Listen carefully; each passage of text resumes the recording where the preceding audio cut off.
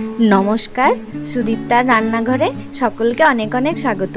आज के आमी बानाबो तालेर पोड़ा पिठे बा ताल मोड़ा बा तालेर बरफिओ बोलते पारेन। तो चलुन भिडियोटी शुरू करा जाक। तो এটা বানানোর জন্য নিয়েছি 1 কাপ তালের পাল্প, 1 কাপ চাল গুঁড়ো, হাফ কাপ দুধ, হাফ কাপ নারকেল কোড়া, 4 টেবিল চামচ সুজি আর কাজু আর আমন্ড। তো সবার প্রথমে গ্যাসের উপর একটা কড়াই দিয়ে তার মধ্যে তালের পাল্পটা দিয়ে দেব। এর মধ্যে দিয়ে দেব হাফ কাপ দুধ, দিয়ে এটাকে খুব ভালোভাবে মিশিয়ে নেব।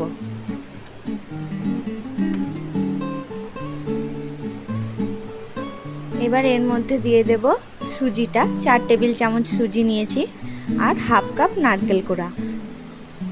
এবার এটাকে খুব ভালো করে মিশিয়ে নেব। তো মিডিয়াম ফ্লেমেই এটা আমি করব। তো এটাকে অনেকে তাল মোড়াও বলে থাকে।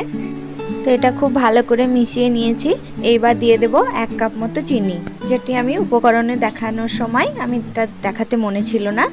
তো যে কাপটায় তালের পাল্প নিয়েছি সেই কাপেরই 1 কাপ চিনি দিয়ে এর মধ্যে দিয়ে দেব কাজু আর আমন্ড। এটা আমি কুচি করে রেখেছিলাম। তো সব কিছু ভালো করে মিশিয়ে নেব, চিনিটা গলা অবধি অপেক্ষা করব। তো এটা মাটির উনুনেই আগে ঘুটের উপর আঁচ করে দেওয়া হতো। এখন তো আর সেভাবে উনুনের ব্যবহার নেই, তাই এটাকে ওভেনেও বানানো যায়। তো দেখুন চিনিটা পুরো গলে গেছে। এর মধ্যে দেব চাল গুঁড়ো। তো আমি চাল গুঁড়োটা পুরোটা একবারে দেব না, প্রথমে একটু দেব। তো এটা মিশিয়ে নেব এবার ভালো করে। এটা খেতে খুব দুর্দান্ত স্বাদের হয়। তো এটা দেখুন মিশিয়ে নিয়েছি। তো মনে হচ্ছে আবার লাগবে, তো আবার একটু আমি দিয়ে দেব চালের গুঁড়ো, দিয়ে খুব ভালো করে মিশিয়ে নেব।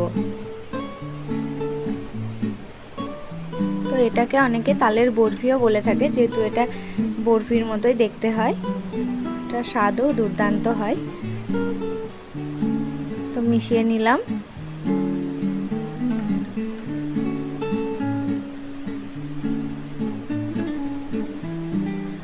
তো আরও মনে হচ্ছে একটু চালের গুঁড়ো লাগবে। তো বাকি যেটুকু আছে সবটাই আমি দিয়ে দেব। তো এখানে আমি যে 1 কাপ চালের গুঁড়োটা নিয়েছিলাম সেটা আমি 3 বারে মিশিয়েছি, অল্প অল্প করে, একবারে পুরোটা দেব না, সেক্ষেত্রে মানে বেশিও বা কম বোঝা যাবে না, তাই অল্প অল্প করে মেশালেই বেশি ভালো হবে। তো এবার এটাকে কন্টিনিউ নাড়িয়ে যেতে হবে যতক্ষণ না এটা আঠা আঠা ভাব আসে, কড়াইয়ের গায়ে লেগে যায়, ততক্ষণ অবধি এটা করতে হবে। তো এটা হয়ে গেছে দেখুন। এবার গ্যাসটা বন্ধ করে দিয়েছি। এবার অন্য একটি কড়াই বসিয়েছি, তার মধ্যে দেবো অল্প একটু জল। এইবার এই যে কলার পাতা নিয়েছি আমি, সেগুলো এক এক করে সাজিয়ে দেব।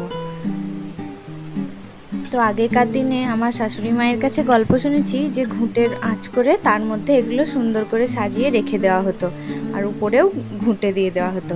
তো এখন সেভাবে আর আঁচ উনুনের ব্যবহার নেই, তাই ওভেনেও আপনারা এইভাবে সহজেই বানিয়ে ফেলতে পারেন কোনো ঝামেলা ছাড়াই।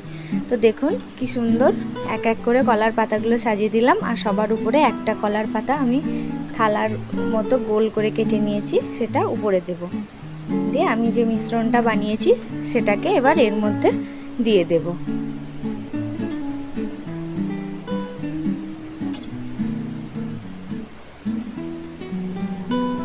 এবার একটা চামচের সাহায্যে চারিদিকে এরকম স্প্রেড করে দেব আর পাতলা করে দেব, যাতে এটা তাড়াতাড়ি হয়ে যায়, জমাট বাঁধতে সুবিধা হয়।